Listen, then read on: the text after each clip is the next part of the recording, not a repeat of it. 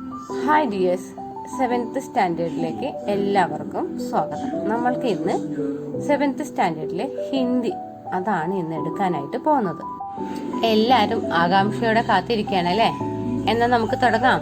എല്ലാ വിധത്തിലുള്ള അർത്ഥങ്ങളും പറഞ്ഞു തന്നിട്ട് നിങ്ങൾക്ക് ഏറ്റവും ലളിതമായ രീതിയിൽ മനസ്സിലാക്കിച്ചിട്ട് തന്നെയാണ് ഈ ചാപ്റ്ററുകൾ ഞാൻ എടുക്കാനായിട്ട് പോകുന്നത്. ഓക്കെ, അതും ഈ ചാപ്റ്റർ എന്താ? ഹിന്ദിയിലെ ശോഭനാഥ് യാദവ് എന്ന എഴുത്തുകാരൻ എഴുതിയിട്ടുള്ള ഖുദ് സേ പ്യാർ. എന്താ ഖുദ് സേ പ്യാർ എന്ന് പറഞ്ഞാല്?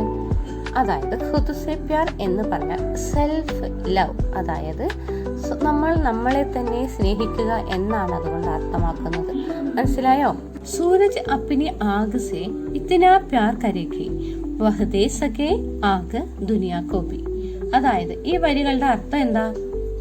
സൂരജ് അപ്പിനെ ആഗ്സെ, സൂര്യൻ തന്റെ അപ്പിനി എന്ന് പറഞ്ഞാൽ തന്റെ ആഗ്സെ, തന്റെ ഊർജത്തെ അതായത് അഗ്നിയെ ഇത്തനാ പ്യാർ കരേക്ക് ഒരുപാട് ഇത്രത്തോളം സ്നേഹിക്കുന്നുണ്ട്.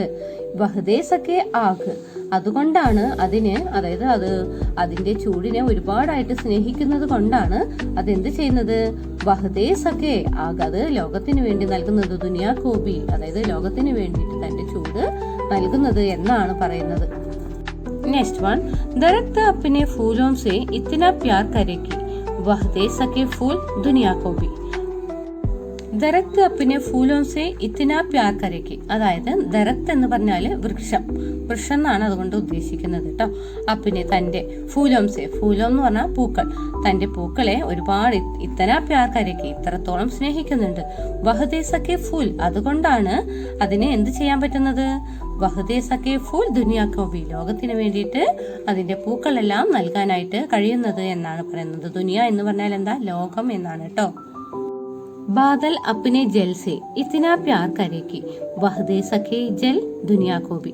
എല്ലാത്തിലും ഫസ്റ്റത്തെ 2 ലൈന് മാത്രമേ മാറ്റുള്ളൂ, ബാക്കി എല്ലാതും ഒരേ അർത്ഥത്തിൽ തന്നെയാണ് ഇവിടെ കൊടുത്തിരിക്കുന്നത്. ഓക്കെ, ബാദൽ അപ്നെ ജൽ സേ, അതായത് മേഘം. ബാദൽ എന്ന് പറഞ്ഞാൽ എന്താണ്? ക്ലൗഡാണ്, മേഘമാണ്. അപ്നെ ജൽ സേ, അതിന്റെ വെള്ളത്തെ. അപ്നെ എന്ന് പറയുമ്പോൾ തന്റെ എന്നാണ് ഉദ്ദേശിക്കുന്നത്. അപ്നെ ജൽ സേ ഇത്തിനാ പ്യാർ കരേഗി, ഇത്രത്തോളം സ്നേഹിക്കുന്നുണ്ട്.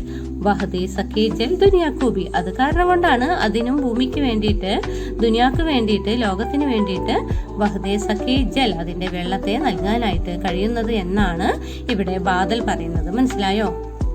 ദെൻ മേ ഖുദ് സേ ഇത്നാ പ്യാർ കരൂംഗി ദേ സകൂം പ്യാർ ദുനിയാ കോ ഭി.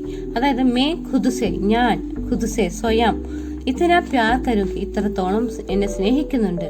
ദേ സക്കും പ്യാർ ദുനിയാ കോ ഭി, അത് കാരണം കൊണ്ടാണ് എനിക്ക് ഈ സ്നേഹം ലോകത്തിന് വേണ്ടിയിട്ട് നൽകാനായിട്ട് സാധിക്കുന്നത് എന്നാണ് ആര് പറയുന്നത്?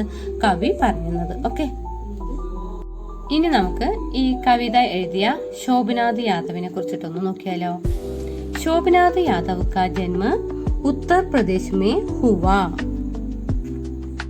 അതായത് ശോഭനാഥ് യാദവ് ഉത്തർപ്രദേശിലാണ് ജനിച്ചത്.